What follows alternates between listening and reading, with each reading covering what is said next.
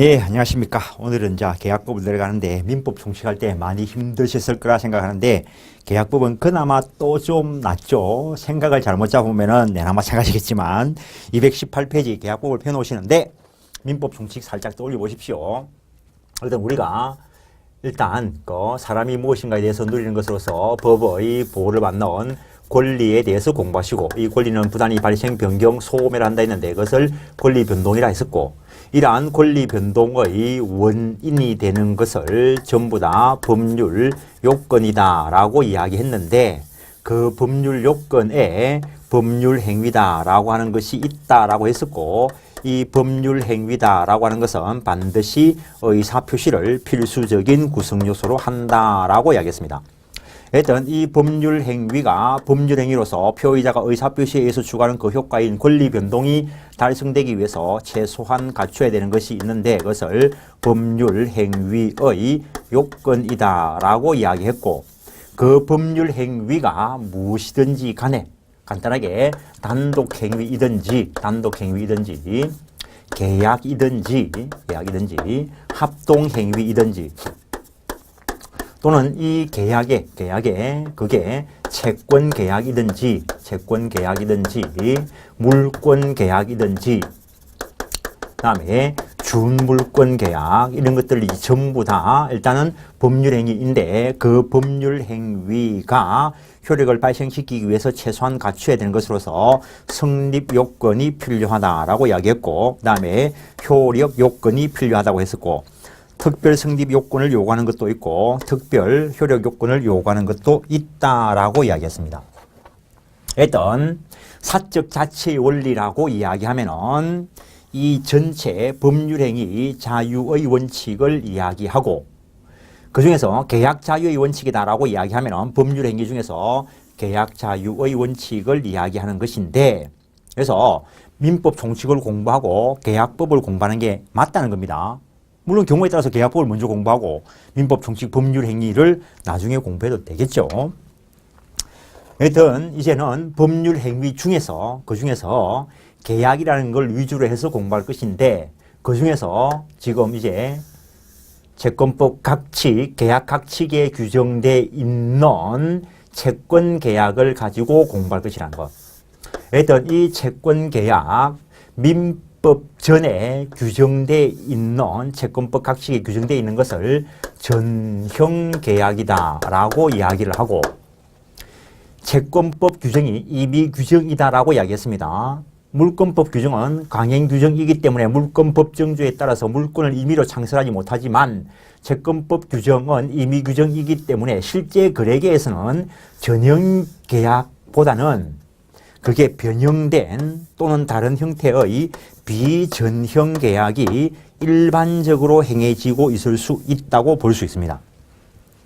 계약 자유의 원칙이 주류를 이루고 있기 때문에 그렇다고 볼 수 있는데, 요 전형 계약을 일정한 기준에 따라서 나누어 볼 때 재산권 이전 계약이 있고, 재산권 이전을 목적으로 하는 채권 계약, 공짜로 주기로 했으면 합의했으면 정려, 돈 받고 주고받고 하기로 했으면 매매, 맞바꾸기로 했으면 교환이라 이야기할 것이고, 그 다음에 빌려 쓰는 계약을 대차 계약이다라고 이야기하는데, 소비물을 빌려 쓰기로 했으면 소비대차, 그 다음에 비소비물을 빌려 쓰기로 했으면 사용대차, 그 다음에 비소비물을 대가를 지불하고 빌려 쓰기로 했으면 그것을 임대차라 이야기할 것이고, 노무 이용을 목적으로 하는 대표적인 게 고용이라는 것이 있고, 그 다음에 도급이라는 것도 있고, 위임, 임치, 그리고 현상 광고라 하는 것도 있고, 그 다음에 근래에 신설된 것으로서 여행 계약이라 하는 것도 있고, 여행 계약. 그 다음에 기타 전형 계약으로서 2인 이상이 공동사업을 목적으로 결성하는 단체 계약인 조합, 일정한 자의 사망 시까지 금전 기타 유가물을 지급하기라는 종신정기금 계약, 사적 분쟁 상태를 양보와 타협에 의해서 종결시키는 화해, 이런 것들이 있는데, 일단 15가지 전형 계약이 있습니다. 거래계가 얼마나 복잡한데 15개 계약만 가지고 되겠어요. 하다못해 여기에 출판 계약도 안 들어있잖아. 영화 출연 계약도 안 들어있잖아. 광고 계약도 안 들어있잖아, 이게. 그래서 실제 비전형 계약이 주류를 이룰 것인데 사적 자치의 원리가 계약법 쪽에서 나타나는 계약 자유의 원칙, 계약 자유의 원칙의 내용으로서 계약 체결 여부의 자유, 체결 여부의 자유. 그래서 어느 슈퍼에 들어갈 것인가 내 마음이지 뭐. 그래서 상대방 선택도 내 마음, 들어가서 물건 살까 말까 내 마음, 그 다음에 계약서 쓸까 안 쓸까 내 마음, 방식의 자유, 껌만 살까 뭐 커피도 살까 내용 결정의 자유, 이런 것들이 계약 자유 원칙의 내용으로 들어있다는 거 외우지 마십시오. 이거 외우지 마십시오. 물론 나는 기억하는 방법들이 있습니다. 기억하는 방법들인데 그거 이야기 안 해. 할 필요 없어. 다음 중 계약 자유 원칙의 내용이 아닌 것은 시험에 나온 적도 있습니다. 나온 적이 있어도 외우가 맞출 건 아니라는 거지. 보고 알아야지, 보고. 보고 어떻게 하냐고? 곰곰이 생각해 보시라고. 민법은 보고 알아지는 거라고. 외우가 머릿속에 있는 게 아니고. 그런데 오늘날 이 계약 자유의 원칙이 무제약적으로 무한정적으로 허용될 것은 아니라는 거지. 일정한 제한이 가해질 수도 있습니다. 자본주의 사회는 저 앞에서도 그런 이야기를 한번 드린 적이 있는데 고대 노예제 사회, 중세 봉건 사회, 신분제 사회를 타파하고 계약제 사회로 넘어왔습니다. 신분제 사회는 당연히 불평등이 전제되어 있고 그래서 이걸 타파하고 평등하다는 전제하에 자유주의를 기초로 해서 골격을 잡은 걸 자본주의라 하는 거고 이 불평등이 너무 해가지고 이걸 아예 대체시켜버리고 평등사회만 강조한 게 공산주의고 근데 우리는 자본주의 사회에서 자유주의를 근간으로 해서 살아왔는데 살다 보니까 이 자본주의가 빈익빈 부익부 상태 경제적 불평등을 좌초하다는 거지.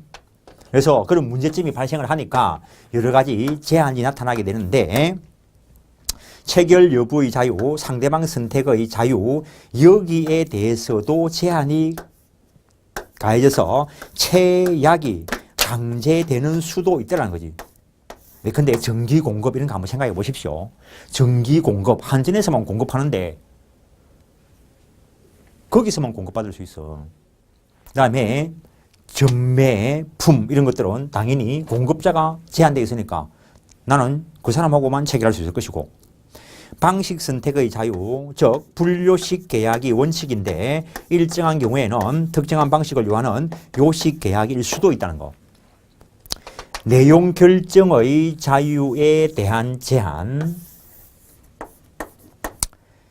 이 내용 결정이라는 거는 결국에 들어가면은 법률행위 내용, 법률행위의 목적을 이야기하는 것이라고.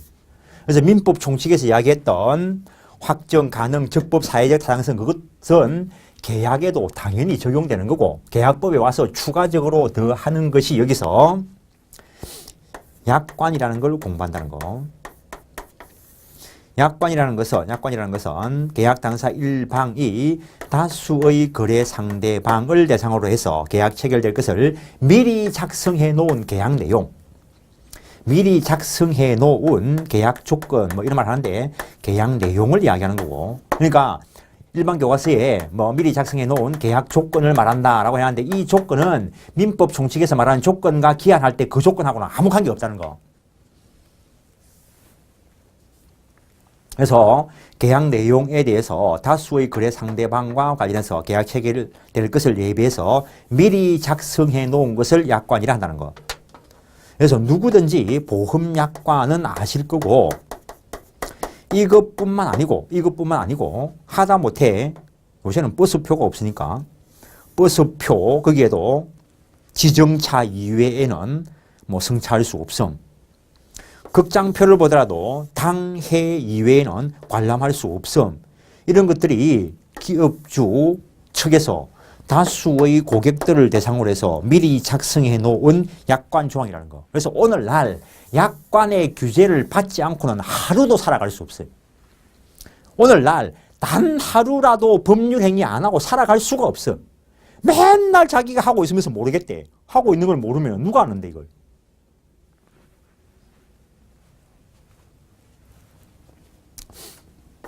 그래서 일방적으로 작성되었기 때문에 작성자에게 중요 부분에 대한 명시, 설명 의무를 부과하고 있다는 것.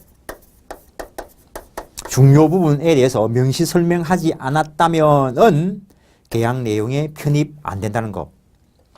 계약 내용에 편입시키려고 하면은 설명했다는 걸 기업자 측에서 입증을 해야 될 것이고, 그래서 이러한 경우에 약관의 해석 원칙과 관련되어서 약관규제법 쪽에서 규정을 두고 있는데, 신의 측에 입각해서 해석해라. 고객에게 유리하게 해석해라. 즉 작성자 불리의 원칙, 상대방 유리의 원칙.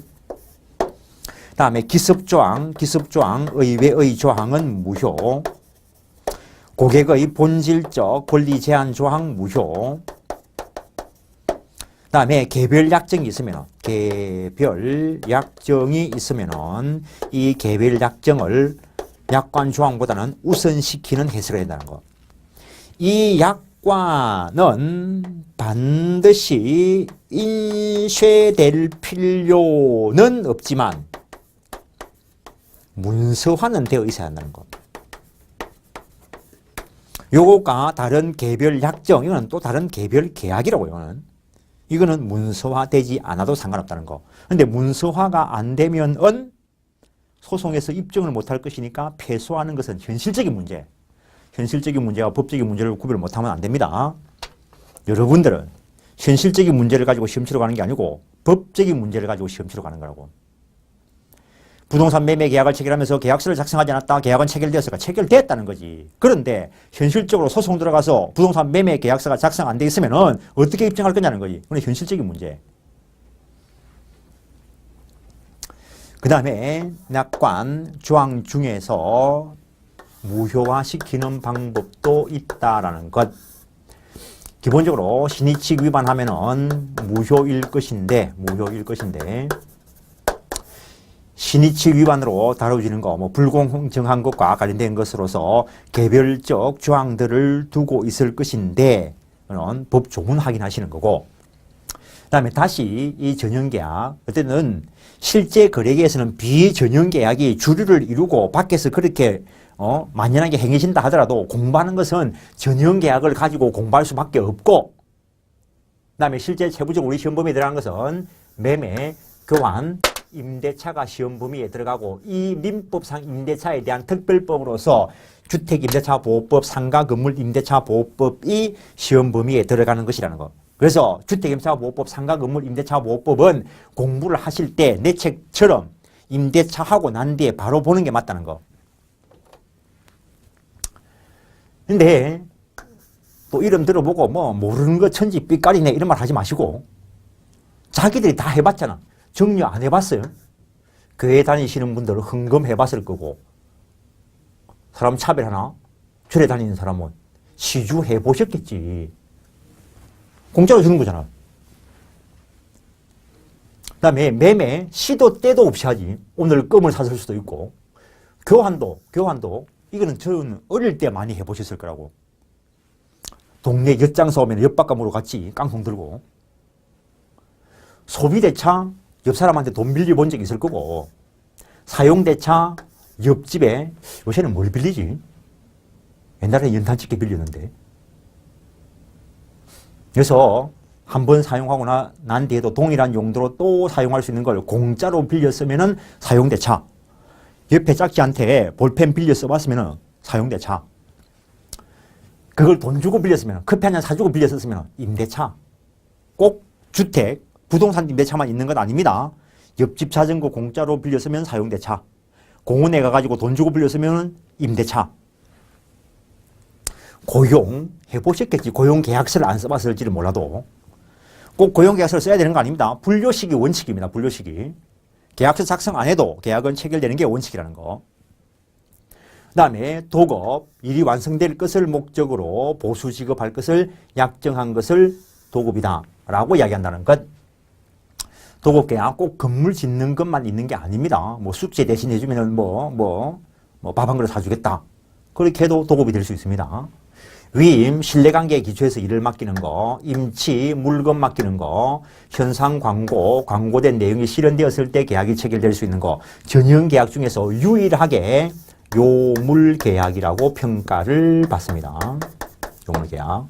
요물계약에 대비되는 말이 낙성계약이고, 낙성계약, 청약과 성낙의 일치만 있으면 되는 것이고, 그 다음에 조합계약, 쉽게 이야기하면 계모임, 종신정기금, 근데 국민연금 생각하면 됩니다. 국민연금. 일정한 자의 사망 시까지 금전 기타 유가물을 지급하기로 하는 것인데, 물론 국민연금에 대해서 민법 조문이 적용되냐? 아니죠. 특별법이 적용되겠죠. 국민연금법. 그 다음에 화해, 사적 분쟁 상태를 양보와 타협에 의해서 종결시키는 것을 화해계약이라 하고, 화해계약 시도 때도 없이 하죠. 집에서 옆집 아줌마, 옆집 아저씨. 화해계약 안 하면은 도장집으로 가겠지 뭐. 그러니까는 매번 하는 걸 법률 용어를 쓰나니까 법률 용어를 써가지고 인식해 본 적이 없으니까 모르겠다는 것이지, 실제로는 자기가 편하게 사용하고 있어요. 그걸 법상 어떻게 하고 있나를 확인하는 거라는 거, 확인하는 거. 새로운 걸 머릿속에 넣는 게 아니고. 그래서 머릿속에 잘못 깔려 있으면은 정말 넣기 힘들어요. 그 다음에 특정한 방식을 요하지 않는 계약을 불요식 계약이라 하고, 특정한 방식을 요하는 경우를 요식 계약이라 하고, 어떤 행위를 전제로 해서 그 유효성이 인정되는 종된 계약이 있는데, 그때 전제된 계약을 주된 계약이다 라고 할 것이고, 그 다음에 유인 계약도 있을 수 있고 무인 계약도 있을 수 있고, 이거는 물권법 쪽에 가서 유인행위, 무인행위 이런 것들을 확인해 보셔야 될 것이고, 그래서 지금 여기서 또 보여준 게 뭐냐면 민법 총칙에서 말했다시피 계약에 무수히 많은 것이 있다까지를 지금 이야기한 겁니다. 거기까지 확인하시면 218페이지. 계약이라는 것은 대립되는 두 개의 의사표시의 합체에 의해서 이루어지는 법률행위를 계약이라 하는데, 크게 보면은 거기에 채권계약, 물권계약, 주물권계약, 가족법상의 계약, 예컨대 혼인도, 이혼도 계약입니다. 입양도 계약이고 파양도 계약이고 합의를 할 때. 그 중에서 지금 우리가 본래적 의미의 계약이라면 채권계약, 협의의 계약이 될 것이고, 여기에 있는 총론적인 규정은 다른 계약 쪽에 성질이 허용하는 한 유추 적용된다는 거. 그래서 계약을 여기서 공부해놓고 물권계약 이렇게 공부는 안 한다는 거지. 물권법이 들어가면 성질이 허용하는 한 이 이론이 그대로 적용될 것이기 때문에. 민법 총칙에서 법률행위를 공부했으니까 소유권 이전의 합의도 물권행위다. 계약도 소유권 이전의 합의도 물권행위로서 법률행위다. 계약은 채권행위로서 법률행위다 이러면은 민법 총칙 이론이 다 들어가는 거고, 이게. 이런 중첩적 사고가 안 되면은 민법을 제대로 이해하는 게 아니라는 거. 법률행위 따로, 매매 따로, 임대차 따로 이렇게 공부하면은 끝날 일이 없죠, 이거는. 채권의 발생 원인, 이 권리가 채권이라면 법률 요건이 충족되면 발생할 거라는 거죠. 그게 법률행위일 수도 있고 법률행위가 아닌 법률 규정에 의한 것일 수도 있고, 그걸 확인하는 거, 말로 푸는 거에 불과합니다. 그 다음에 법률행위로서의 계약, 민법 총칙편에 있는 규정들이 적용된다는 걸 확인하는 것이고, 219페이지. 민법 전반에서 사적 자체의 원리가 지배하듯이 계약법 쪽에서는 계약 자유의 원칙이 지배한다는 것. 계약 자유 원칙의 내용으로서 체결의 자유, 상대방 선택의 자유, 내용 결정의 자유, 방식 선택의 자유를 생각해 볼 수 있고, 근데 계약이 체결되고 나면은 스스로 구속당할 합의를 한 것이니까 그에 따라서 구속될 것이라는 것. 그런데 오늘날 자본주의 병폐, 빈익빈 부익부 현상 때문에 계약 자유의 원칙에 대한 제한이 가해지고 있다는 것, 관념만 잡으면 됩니다. 그 220페이지 공법상 채약 강제, 사법상 채약 강제는 각종의 매수 청구권 이야기합니다. 그다음에 상대방 선택의 자유에 대한 제한으로서 그 근로기준법 이런 쪽에서 채약이 강제되는 수가 있고, 그다음에 내용 결정의 자유에 대한 제한, 강행법규 위반하면 안 될 거고, 반사회적이면 안 될 것이고, 계약법에서 추가적으로 공부하는 것이 약관에 의한 제한이고, 뒤쪽에 또 있습니다. 방식에 대한 제한으로서 여러 가지 특별법이 마련될 수도 있고, 허가 신고 증명을 요하는 계약도 있다는 것 관념 잡는 부분이고 222페이지 보시면은 약관 계약 일방 당사자가 다수의 거래 상대방을 대상으로 해서 계약 내용을 미리 작성해 둔 것을 말하고 그에 의해서 계약이 체결될 수 있다는 것. 그 약관 개념 의의를 분설하면은 계약의 내용에 관한 것이고 체결 전에 준비되어야 되고 미리 준비되어야 되고 명칭이나 형태에 의하는 불문한다. 그래서 약관이 조문식으로 되어 있을 수도 있고 소설식으로 되어 있고 그건 상관없다는 겁니다. 약관의 구속력의 근거 계약이기 때문에 그 방식 계약 체결하는 방식의 내용의 차이만 있는 것이지 계약이기 때문에 거기에 구속된다.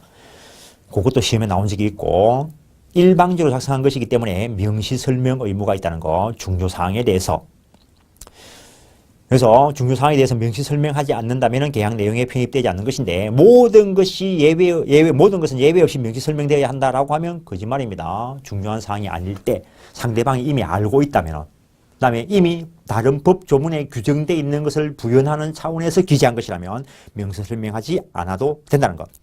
일단 명시설명 의무 대상이 되는 걸 명시설명하지 않았다 하더라도 계약이 체결 안 되는 건 아닙니다. 명시설명 안 된 것만 계약 내용에 편입되지 않는다는 겁니다.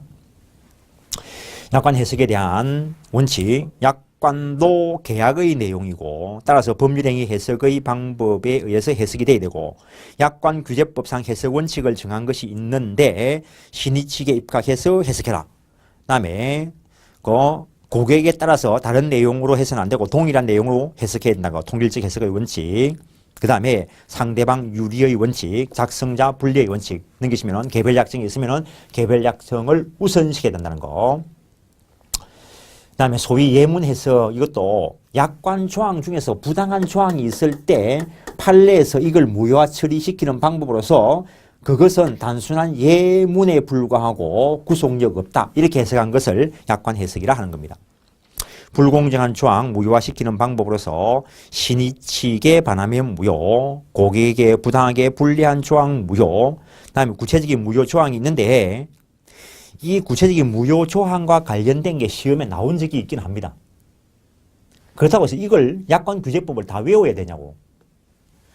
그럴 수는 없죠. 그래서 아까 여기서 본질적 권리 제한 조항 무효다라고 이야기를 했는데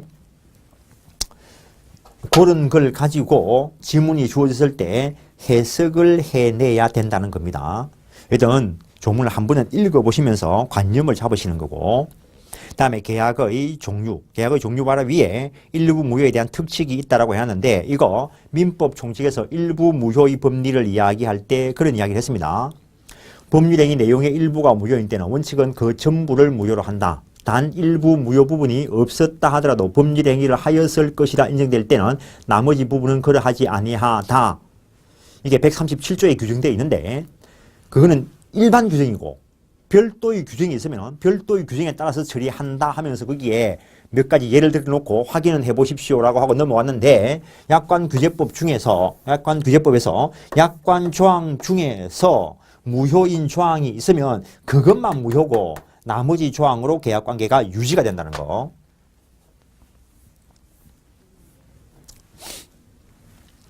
그게 민법에서도 산재해 있습니다.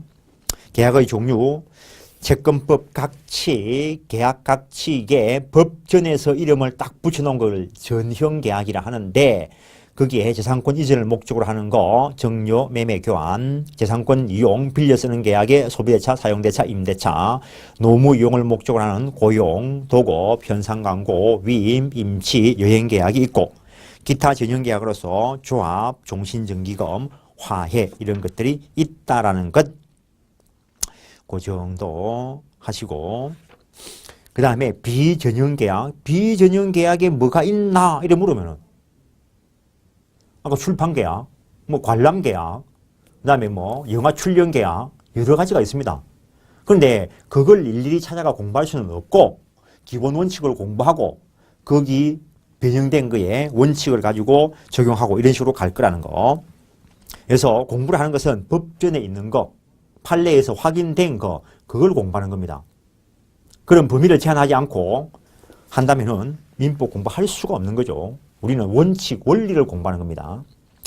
유상계약, 대가, 직업이 있는 거. 그래서 민법 총칙에서 유상행위, 무상행위 이런 걸 살짝 보고 왔는데 이런 걸 출연행위라 하고, 출연이라는 것은 자기의 재산을 감소시키면서 타인의 재산을 증가시키는 것을 출연이라는데, 그게 일방적으로 행해지면 무상행위, 쌍방적으로 행해지면 유상행위라는데, 매매가 뭔 줄 알면 유상행위인 줄 알게 돼 있고, 정려가 뭔 줄 알면 무상행위인 줄 알게 돼 있어요. 그래서 공부하는 방법이 유상행위에 뭐가 있다가 아니고 매매가 어떻게 되는 건가를 알면은 유상행위인 줄 알게 돼 있다는 거죠.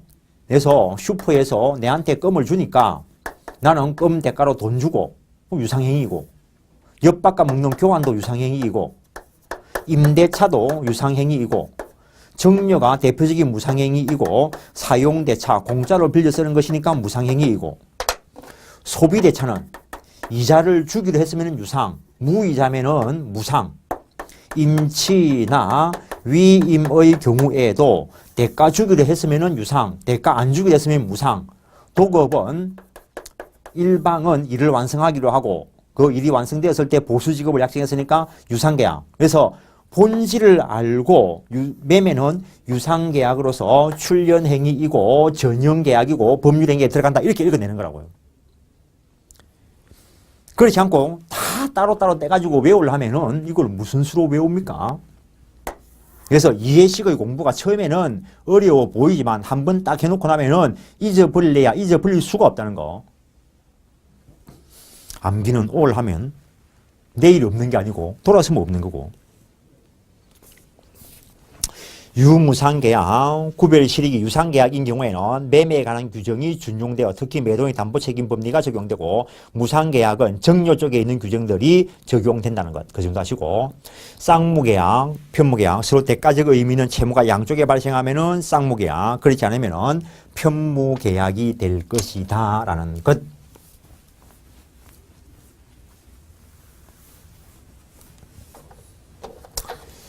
유상계약 중에서 현상 광고를 뺀 게 쌍무계약이고, 무상계약에다가 현상 광고를 합친 게 편무계약이 될 것이라는 것. 이걸 구별하는 이유는 쌍무계약일 때 동시이행 항변권이나 위험부담 이런 것들이 문제가 되는데, 그래서 모든 유상계약은 쌍무계약이다라고 이야기하면은 틀린 거죠. 왜냐하면 현상광고는 유상계약이지만은 쌍무계약은 아니라는 거지.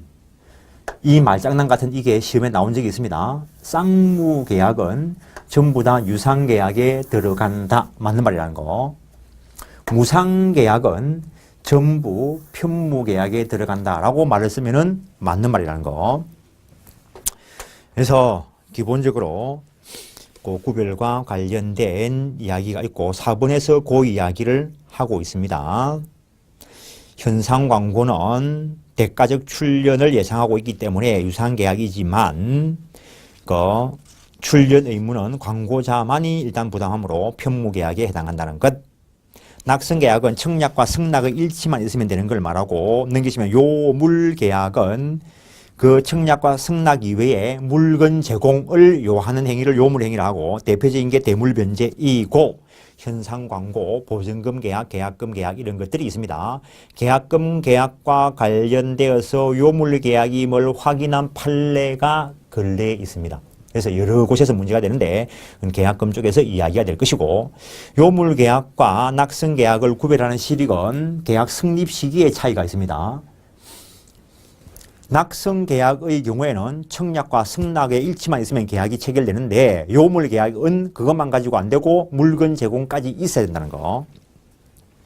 특정한 방식을 요하는 요식계약, 그렇지 않은 불요식계약, 급부가 단번에 실현되는 일시적 계약, 일정한 기간 동안 계속되는 계속적 계약이 있는데, 이 계속적 계약의 특징은 살짝 봐놓으셔야 됩니다. 일시적 계약은 주로 해제와 연결되는데 반드시 그렇다는 것은 아니고 계속적 계약은 일반적으로 해지와 연결된다는 거. 계속적 계약일 때 기본 채권 관계, 지분 채권 관계가 존재한다는 것. 예컨대 금전 소비대차 계약은 계속적 계약이고 원금에 대한 것은 기본 채권이고 이자에 대한 것은 지분 채권이고 임대차도 계속적 계약으로서 그런 현상이 나타날 수가 있고 다음에 계속적 계약일 때 당사자 간의 신뢰성이 중요하기 때문에 당사자의 착오는 중요부분 착오로 연결될 수 있다는 것.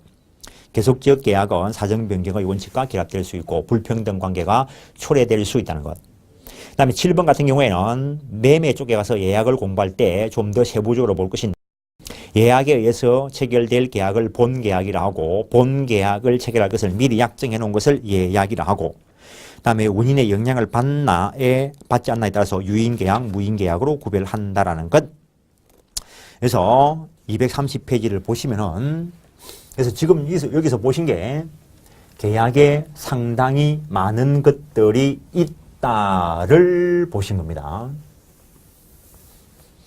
법률 행위도 많이 있고 법률 행위 중에서 이제 계약이라는 걸 보는데 계약에도 많은 것들이 있다 이걸 본 겁니다. 근데 이러한 법률 행위인 계약이 체결되기 위해서는 대립되는 두 개의 의사표시의 합치가 있어야 한다는 거. 일반적인 의사의 합치에서 계약이 체결되는 경우를 놓고 이야기하는 것이고 그 이외에도 교차, 청약, 의사실현에 의한 계약 성립 이런 것들이 나타날 수 있는데 그때 먼저 계약 체결하기를 원하는 의사 요쪽을 청약이라 하고 그에 응하는 것을 성낙이다라고 이야기하는데 일반적으로 계약은 이 대립되는 두 개의 의사표시의 일치가 있어야 된다라는 것. 요것이 불일치하는 경우를 불합의다라고 이야기하고 당사자가 이미 불합의를 알고 있는 경우를 의식적 불합의다라고 하고 불합의의 경우에는 계약이 체결되지 않는다는 거, 계약의 불성립을 이야기하는 것이고 의식적 불합의, 내가 내 민법책 만 원에 팔겠다 이러니까 나는 만 원에 팔겠다. 나는 5천원이라야 사겠다. 의사가 일치하지 않으니까 계약이 체결될 여지가 없다라는 것. 의식하지 못한 상태에서 불일치가 일어날 수 있는데 그걸 무의식적 불합의다라고 이야기하고 요거하고 우리가 민법 총칙에서 보셨던 오표시 무해의 원칙이다라고 하는 거하고 구별하셔야 되고 당연히 이거는 착오에 의한 의사표시하고도 구별될 것이라는 것.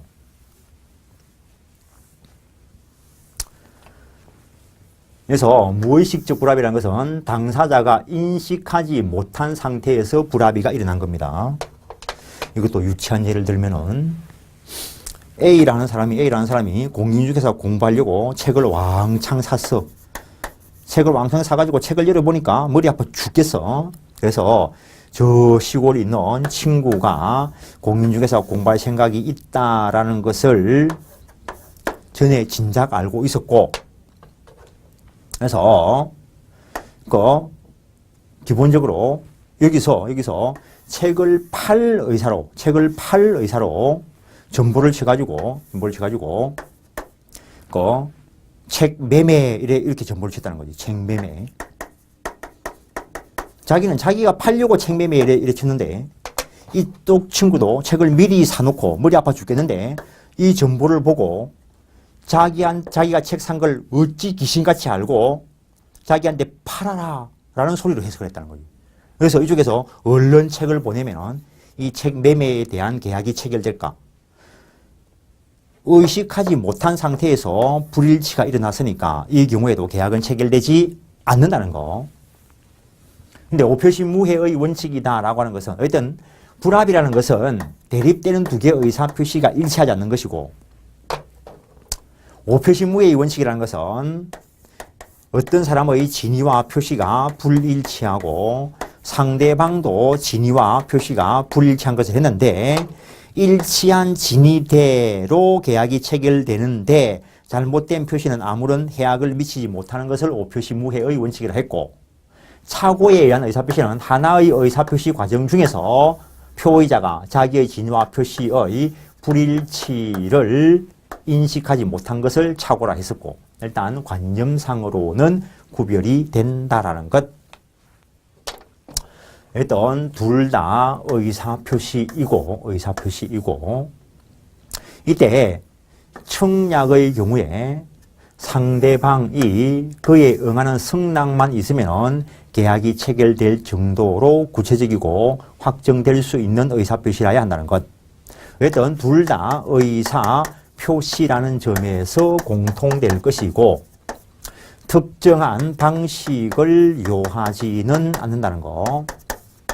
특정한 방식을 요하지는 않기 때문에 원칙적으로 이 계약 불요식 계약이 되는 것이라고. 여기서 특정한 방식을 요해버리면 계약은 전부 다 요식 계약으로 가야 돼요. 그 다음에 어쨌든 상대방 있는 의사표시인데 청약의 상대방은 불특정 다수인이어도 무방하다라는 것. 불특정 다수인이어도 무방하다는 것. 그래서 기본적으로 길거리에 자판기 설치해 놓은 거. 자판기 운영하는 사람이 있으니까 뭐 설치되어 있을 건데 이 자판기 설치해 놓은 게 청약일까 청약의 유인일까?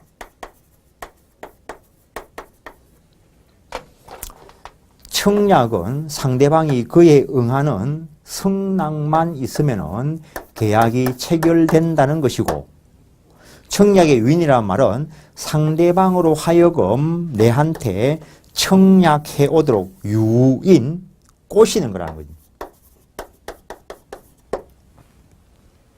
그래서 일단 청약과 청약의 유인도 구별되어야 한다라는 거예요. 청약의 유인, 이거는 상대방으로 하여금 나한테 청약해 오도록 꼬시는 거라는 거. 저게 대표적인 게 뭐냐면은 여자들 옛날에 선보러 가면은 화장을 하고 가는데 화장을 해 가는 이유가 뭐지? 이 화장해 가는 게 만약에 청약이라면, 그 선보러 나온 남자가 그래 당신하고 결혼하겠소 라고 이야기하면 이게 승낙이 되어서 결혼을 해야 된다라는 결론이 나온다는 거. 그래서 선보러 갈 때 화장을 하는 것은 청약이 아니고 그놈 한번 꼬셔볼까 청약의 유인이 될 것이고, 그때 이 남자가 당신하고 결혼하고 싶다라고 하는 이게 청약이 되고, 그래서 마음에 들면 그때 가서 승낙하면 되고 마음에 안 들면은 그때 가서 거절해도 될 것이라는 것. 그래서 청약과 청약의 유인은 구별되어야 한다라는 것도 기억을 하시고, 법적 효과가 완전히 다릅니다. 잠깐 봤다시피 일반적인 광고는 청약의 유인이고, 일반적인 광고는 현상 광고에서 광고 행위는 청약이 될 수 있고, 그래서 그때 상황에 따라서 달라진다는 거. 아파트 분양 계약은 일반적으로 청약의 유인인데 내용 제한이 가해지면 청약이 될 수 있다는 판례가 있습니다. 그래서 상황에 따라서 판단을 해내야 된다는 것. 그 다음에 승낙은 청약에 응하는 의사표시로서 승낙의 상대방은 반드시 청약한 특정인에 대해서 승낙을 해야 된다라는 것. 일단 거기까지 확인해 보시면 230페이지. 계약도 법률행위이고, 그 다음 법률행위로서 계약의 성립 요건, 법률행위이므로 당연히 성립하기 위해서 민법 총칙에서 받던 것 구비해야 되고, 여기서 추가적으로 요구하는 것들을 보는데 계약의 특유한 공통된 성립 요건으로서 합의가 있어야 되는데 합의라는 것은 대립되는 의사, 즉 청락과 승낙의 일치가 있어야 된다는 것. 다음에 용어 정리하는 것인데 객관적 합의라는 것은 내용의 합의를 말하는 것이고 주관적 합의라는 것은 사람에 대한 합의를 말한다는 것. 계약 성립의 모습으로서 일반적인 거 청약과 승낙 합의로 성립될 수 있고 교차 청약이나 의사 실현에 의해서 계약이 성립될 수 있다는 것. 그다음에 불합의와 착오는 구별되어야 되는데 불합의는 청약과 승낙의 불일치를 말하는 것이고 그 불일치를 알고 있는 경우도 있고 모르고 있는 경우도 있는데 무의식적 불합의도 합의가 이루어지지 않은 것이기 때문에 계약은 체결되지 않는다는 거. 그 정도 하시고 앞에서 봤던 것들을 확인해 놓은 것이고 청약이라는 것은 상대방에게 일정한 내용을 해서 상대방이 그에 응하는 승낙만 있으면 계약이 체결될 정도의 확정될 수 있는 구체적 의사표시를 말한다는 것. 그 다음에 청약자와 상대방 해놨는데 청약자가 누구인가가 청약의 의사표시 속에 반드시 명시될 필요가 있어야 되는 것은 아니라는 거.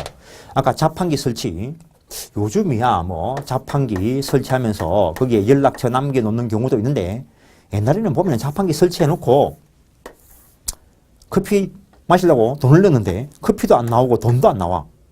이거 어디다가 연락해야 되지? 그래서 자판기 설치할 때 자판기 설치자가 명시되지 않은 경우도 있다는 거. 아까 요걸 살짝 보다가 말았는데 요게 청약인가 청약의 유인인가 이게 논의가 되는데 일반적으로는 청약으로 봅니다. 청약으로 보고 그러면은 길 가는 사람이 돈 넣고 버튼 누르는 게 승낙이 되고 그럼 커피가 나와야 되는데 안 나와. 그러면은 상대방을 알면은 채무불이행 책임을 물을 수도 있을 것이고 이걸 청약의 유인으로 보면은 길 가는 사람이 돈 넣는 이게 청약이 될 거고 그때 버튼 누르실 때 상대방이 자동적으로 승낙을 해서 효과로서 커피가 나오는 이런 과정을 거칠 건데 일반적으로는 이쪽으로 처리한다는 거. 그래서 저게 청약일 때 자판기 설치자 명시되어 있지 않다 하더라도 청약이 될 수 있다라는 것. 그 청약의 확정성, 청약은 승낙의 단순한 동의만 있으면 계약이 성립할 수 있을 정도로 내용이 확정적이어야 한다 이렇게 표현해 놓고 옳은 말로 처리하는데 엄밀하게 이야기하면 확정될 수 있으면 족하다라고 해도 맞는 말입니다. 우리가 민법 총칙에서 했습니다. 청약의 내용은 결국에 계약 내용으로 들어갈 거고 이 계약 내용은 결국에 법률행위 내용이고 법률행위 내용은 법률행위 해석을 통해서 확정되면 될 것이니까 성립 당시에 명확하게 확정되어 있을 필요는 없고 확정될 수 있는 표준만 정해져 있으면 이행기까지 확정될 수 있으면 족하다. 결합되는 겁니다. 그 다음에 청약과 청약의 유인은 구별되어야 한다라는 것. 살짝 보시는 거고 현상 광고를 계약으로 보고 요물 계약으로 보는 것이 일반적인 입장인데 이걸 단독 행위로 보고자 하는 견해도 있습니다. 그 다음에 청약의 효력과 관련해서 청약 의사표시입니다. 청약의 효력 상대방 있는 단독적 의사표시라는 거. 따라서 청약은 상대방에게 도달되어야 효력이 발생을 하고 도달되고 난 뒤에는 철회하지 못한다. 도달되기 전이라면 철회할 수 있습니다. 물론 이미 이것이 임의 규정이기 때문에 합의가 있으면 달리 정하면은 얼마든지 처리할 수 있습니다. 그런 다른 합의나 달리 정한 것이 없을 때 청약이 상대방에게 도달한 때에는 철회하지 못한다. 이것을 청약의 구속력이다 라고 이야기한다는 것. 이걸 청약의 형식적 효력이다 라고 이야기하기도 하고 청약의 실질적 효력, 요걸 승낙 적격이다 라고 이야기합니다. 요거는 청약이 살아있어야 승낙이 왔을 때 계약이 체결될 수 있다라는 것을 의미하는데 기본적으로 승낙 기간을 정할 수도 있고 정하지 않을 수도 있는데 정하지 않았다면 상당한 기간 경과 후 실효할 것이고 기간이 정해져 있다면 그 기간 경과 후 실효할 것이라는 거. 그래서 철회를 허용하지 않더라도 상관없다는 거. 철회를 허용하지 않더라도 기간이 정해져 있으면 기간 경과 후 실효할 것이고 기간이 정해져 있지 않다면 상당한 기간 경과 후 실효할 것이기 때문에 철회를 허용하지 않더라도 큰 문제는 없을 것이다라는 것. 그런데 문제가 되는 게 격지자 간의 계약의 성립식이라는 거. 격지자 간의 계약의 성립식이라는 거. 격지자 간의 계약의 성립은 승낙의 의사표시를 발한 때 계약이 체결된다라고 되어 있다는 것. 그래서 어떤 문제가 발생을 하냐면 A라 하는 사람이 5월 10일 날 의사표시를 하면서 내한테 민법책을 사고 싶으면 5월 15일까지 연락을 달라라고 했다는 거죠. 그러면은 내 청약은 5월 20일 기간 때문에 5월 20일. 그래서 내 청약은 5월 20일까지만 살려놓겠다는 거죠. 그런데 이게 B한테 5월 14일 날 도달을 했고, 그러면 청약의 효력은 상대방 있는 의사표시로서 요때 효력이 발생을 할 거로. 그래서 이 사람이 5월 15일 날 그래 그 민법책 사겠다라고 했단 거죠. 이때 의사표시를 발하고 난 뒤에 일정한 기간이 지나고 난 뒤에 효력이 발생하는 이런 경우를 격지자라 하고, 따라서 이 격지자라는 개념은 시간적 개념인 것이지 장소적 개념은 아니라는 거. 미국에 있는 사람도 전화기 들고 대화하면은 대화자가 되는 것이지 격지자가 아니라고요. 옆집 아저씨도 편지를 가지고 대화를 하면 격지자가 된다는 것. 그때 우리 민법은 격지자 간의 계약의 성립은 승낙 의사표시를 발한 때 계약이 체결된다라고 해놨는데, 그러면은 그 조문대로 하면은 5월 15일 날 계약이 체결되는 효력이 발생한다는 것. 근데 이게 5월 20일 전에 도달을 하면은 아무 문제가 없는데 우체부 아저씨가 비가 오고 눈이 오고 이래가지고 이게 5월 21일 날 도달되면 이거 어떡할 것인가.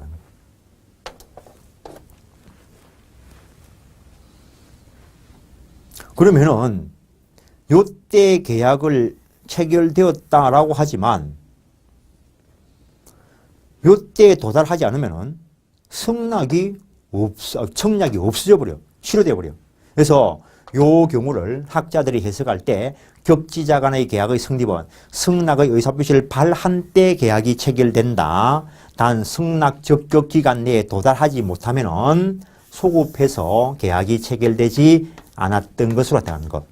승낙 부도달을 해제 조건으로 하여 승낙의 의사표시를 발한 때 계약이 체결된 것으로 본다라는 것. 그래서 일단은 이런 문제가 나오면은 격지자 간이라는 문제가 나오면은 언제 계약이 체결되었는가라고 물으면은 일단은 승낙 의사표시를 발한 요 날을 골라야 되고, 그 다음에 문제가 좀 더 추가돼 가지고 조금 전에 봤다시피 5월 20일까지 도달시켜라 했는데 5월 21일 날 도달되었다면 어떻게 할 것이냐고요. 최종적으로는 일단은 계약이 체결 안 된 걸로 처리가 돼야 돼요. 소급회가 없어진 걸 다뤄버리니까. 그렇다고 해서 승낙 적격 기간을 지난 후, 도과한 후 승낙 의사표시가 도달되었을 때는 계약이 체결될 여지가 없다. 요래 쓰면 틀린 말이 돼요. 연착된 승낙은 새로운 청약으로 볼 수 있다라고 규정되어 있어요. 그러면 새로운 청약으로 볼 수 있다면 이제 A가 청약을 받은 것이고, 그래서 A가 5월 22일 날 그래 너한테 팔겠다라고 하면은 승낙을 바란 것이니까 요때 계약이 체결될 수도 있다는 것. 그래서 격지자간일 때 답을 고르는 방법을 생각해 보시고, 그 다음에 조건이나 내용의 변경을 가한 승낙을 하면은 A라는 사람이 내가 너한테 민법책 팔겠다 이랬는데 B라는 사람이 나는 민법책은 이미 사놨으니까 필요 없고 너한테 공법책이나 사고 싶다 이래 이야기하면 내용의 변경을 가한 승낙은 이거는 새로운 청약으로 본다라는 거. 새로운 청약으로 보고 이쪽에서 승낙을 하면은 계약이 체결될 수 있다라는 것. 그 정도 하시고, 청약의 효력, 상대방에게 도달한 때 효력이 생긴다는 거. 민법 총칙에 있는 조문입니다. 그래서 민법 총칙에 있는 그 조문을 청약자에 대비해서 말을 바꾼 거에 불과한데 청약자가 그 통지를 발한 후 사망하거나 제한 능력자가 되어도 이미 발신된 청약의 효력에는 영향이 없다라는 것. 근데 3번은 민법 총칙에서 설명했습니다. 당사자 개성 인격적 특성을 내용으로 하는 것이라면 그자가 사망하면 실효한다는 것. 청약의 구속력, 청약이 상대방에게 도달하면 철회하지 못한다라는 것. 그것을 청약의 형식적 효력이다라고도 이야기하고, 그 다음에 청약의 실질적 효력, 승낙이 있으면 상대방이 도달한 청약은 승낙이 있으면 계약을 유효하게 성립시킬 수 있는 효력을 갖는데, 따라서 청약이 승낙 적격을 짓는 기간 내에 승낙이 행해지지 않은 경우에는 계약은 성립하지 않는다는 것. 존속기간이 정해져 있으면 그 기간, 정해져 있지 않다면 상당한 기간, 또 이때 상당한 기간이 얼마냐 이런 것도 황당하게 묻지 마시라고. 옛날에 상당한 기간이 며칠이요 이래 묻길래 상당한 기간이라 했지. 왜냐면은 라면 매매할 때의 상당한 기간, 그 다음에 뭐 5,000톤짜리 선박 매매할 때 상당한 기간은 다를 거라고. 그때 거래계에서 판단될 거라고. 상당한 기간이 며칠인 줄 알면은 법 조문에 박아놨겠지. 교과서에 써놨겠지. 아무도 상당한 기간이 얼마인지 몰라 이거는. 그때 상황에 따라서 판단될 기간이라는 거. 옛날에 어떤 분이 그런 말씀 하시더라고. 민법 책을 똑같이 만들어가지고 똑같은 것 중에서 시험을 치게 하지. 근데 공산주의라. 그렇지 않기 때문에 살만한 세상인 거지. 승낙, 청약에 응해서 계약 성립시킬 것을 목적으로 하는 의사표시인데, 주관적 합치, 객관적 합치, 청약 앞에 쪽에서 이야기한 걸 승낙 쪽에 대비해서 읽은 것이고, 기간이 정해져 있다면 기간 내에 도달시켜야 될 것이고, 기간이 정해져 있지 않다면 상당한 기간 내에 도달을 시켜야 될 것인데, 넘기시면은 승낙 기간을 정하지 않은 경우 됐고, 승낙 여부의 방식, 승낙은 강제되지 않는다가 원칙이라는 거. 근데 강제될 수도 있습니다. 예외적인 경우에서.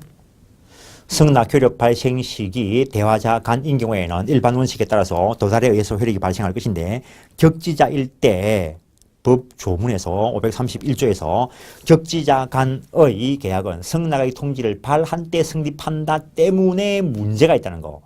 해제 조건설이 5설인데 승낙 의사표시를 발한 때 일단 계약이 체결된 효력이 발생한다는 거. 단 승낙 적격 기간 내에 도달하지 않는다면은 소급해서 계약이 체결되지 않았던 것으로 다룬다는 거. 그걸 붙여서 읽을 때 승낙 적격 기간 내에 부도달을 해제 조건으로 승낙 의사표시를 발한 때 계약이 체결된 것으로 다룬다는 것.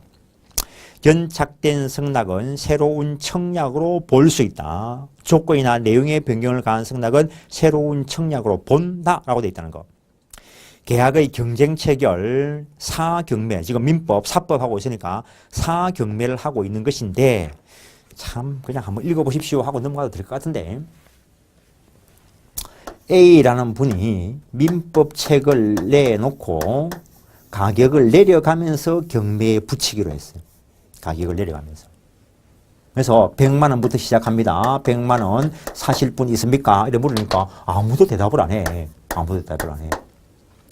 90만 원에 사실 분 있습니까? 이래 물으니까 이쪽에서 90만 원이라면 내가 사겠습니다 라고 이야기를 해.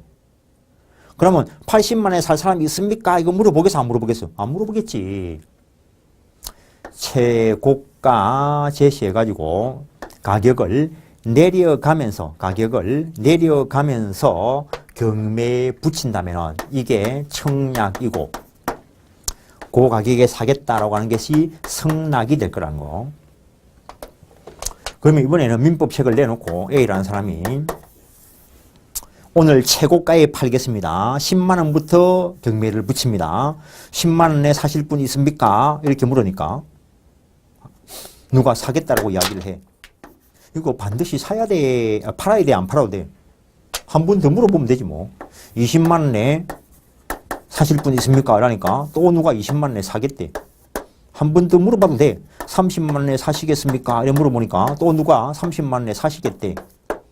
그러면 40만 원에 사실 분 이러니까 강감무소시. 그러면 30만 원에 낙찰됐습니다. 라고 하겠지. 그래서 가격을 올려가면서 경매에 붙인다는 것은 내한테 청약해봐라. 청약의 유인이 되는 것이고 거기에 사보겠다는 이것이 청약이고 이런 청약절 중에서 그날 가장 높은 가격에 승낙을 함으로써 계약이 체결될 수 있다는 것. 이 자체가 시험 나올 거라는 건 아니고 청약과 승낙의 의미, 청약의 유인이라는 의미를 제대로 이해했는가를 보기 위해서 한번 살펴보는 거라는 것. 다음에 교차 청약, 동일한 내용의 청약이 상호 교차된 경우에는 양 청약이 모두 도달한 때 계약이 체결된다는 것. 그래서 A라는 사람이 민법책 B 너에게 팔겠다 5월 3일 날 의사표시를 했는데 요게 5월 12일 날 도달했다는 거죠. 근데 B는 이 의사표시가 도달받기 전에 5월 10일 날 뭐 네가 가지고 있는 민법책 내가 사겠다 했는데 이게 5월 15일 날 도달됐다면 동일한 내용의 청약이 상호 교차된 경우에는 양 청약이 모두 도달한 요때 계약이 체결된다는 것. 의사 실현에 의한 계약 성립, 그것도 여러분들이 아주 자주 해보셨을 거라고요. 오늘도 길 가다가 붕어빵 판다면은 아저씨가 붕어빵 판다면은 옛날에는 아줌마들이 파는데 요새는 아저씨들이 팔고 있더라고요. 아저씨들이 붕어빵을 판다면은 지나가는 이 사람이 아저씨 붕어빵 얼마요? 뭐 먹어볼까요? 뭐 이라고 하는 게 아니고 그냥 덥석 먹어. 덥석 먹는 이유는 붕어빵 이거 매매 계약이라 교환 계약이라 기본적으로 매매겠지. 그럼 먹는 이 행위만으로 요거에 대한 계약은 체결되었다라는 거. 그래서 승낙으로 볼만한 사실이 있기만 하면은 그때 계약이 체결되는 것을 의사실현에 의한 계약 성립이라 하는데 사실적 계약 이론은 또 다른 문제라는 거. 참 요거는 지금 부정되는 게 일반적인데 중개사 시험에 한번 나온 적이 있어요. 저게 독일에서 일어난 사건인데 독일에 옛날에 이 주차장에 무료 주차장인데 그래서 독일 할머니들도 맨날 요 무료 주차장에 세워놓고 놀러 다니고 했는데 어느 날 보니까 유료 주차장 그리고 간판 설치해놓고 해놨다는 거죠. 그래서 할머니가 차를 딱 세우면서 물어봤어. 왜 이제부터 유료로 받냐 이래 물으니까 여기 차를 세워놓으면은 우리가 지켜주고 도둑 맞는 거 방지하고 관리해 줄 거니까 이제 유료로 받는다 이래 이야기했다는 거예요. 그러니까 이 할머니가 그래? 그럼 내 거 지키지 마라. 나는 차를 여기 세워놓는데 너가 내 거 지키지 마라. 내 거 어차피 나라도 훔쳐갈 놈 없다. 너가 만약에 지켰다 하더라도 나는 주차료 못 물겠다. 라고 하고 차를 세워놓고 여행 갔다가 한 달이나 지나고 뒤에 오가지고 차를 끌고 나가려 하니까 이 사람이 딱 막아서 타는 거지. 주차료 내놔라고. 그래서 이게 계약이 체결됐으면 주차료를 지급해야 되는데 이게 계약이 체결된 것인가가 문제가 됐다는 거죠. 그때 명시적으로 거절했다 하더라도 계약 체결로 볼 만한 이러한 행위를 했다면 계약 체결된 걸로 본다. 주차료 지급해라. 라고 판결했다는 거지. 독일 대법원에서. 그래서 전 세계적으로 센세이션을 일으키고 내가 민법 공부 처음 할 때도 이게 완전 당연히 계약이 체결되는 걸로 했는데 지금은 이론이 발달돼가지고 이 경우에 계약 체결 안 된 걸로 처리한다는 거. 명시적으로 거절했는데 어떻게 계약이 체결되냐는 거죠. 그러면 주차료 상당의 돈을 받아갈 방법은 있을까? 받아갈 방법은 있어. 계약이 체결 안 됐다면은 B가 부당이득을 누린 것이 있으니까 부당이득 반환의 법리에 따라서 그 상한은 이익을 받아가면 된다는 거. 그래서 지금 이렇게 처리합니다. 꼭 계약이 체결돼야만 돈 받아갈 수 있는 게 아니고 계약이 체결 안 된 걸로 처리하더라도 돈을 받아갈 수 있는 방법은 있다는 거지. 그래서 중개사 시험에서 이 경우에 계약이 체결된 것으로 본다가 옳은 지문으로 다루어진 적이 있는데 지금은 우리나라에서 이 경우에 계약 체결 안 된 걸로 처리하는 것이 일반적입니다. 그래서 여기까지가 계약의 체결과 관련되는 일반적인 이야기를 봤습니다. 잠깐 쉬었다가 그 체결 과정 중에 문제가 있는 걸 보도록 하겠습니다. 잠깐 쉬겠습니다.